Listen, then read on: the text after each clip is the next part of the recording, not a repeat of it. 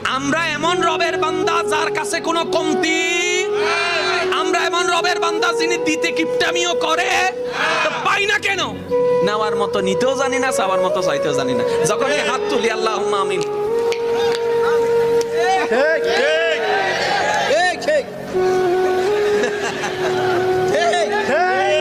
মিষ্টি টিষ্টি কিছু দিবনি,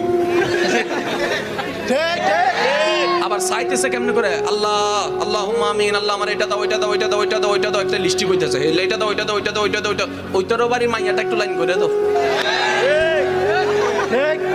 আল্লাহ কই এটা কিটা করছ তুই?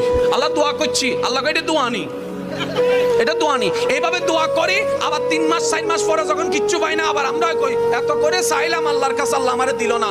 আল্লাহ পাক বলে, বান্দারে তুই যদি চাওয়ার মতো চাইতে জানিস, দিল থেকে মুখ আওয়াজ করা লাগবে না, শুধু মন থেকে বল, আমি রব ওইখান থেকে তোর পূরণ করে দিব। সুবহানাল্লাহ।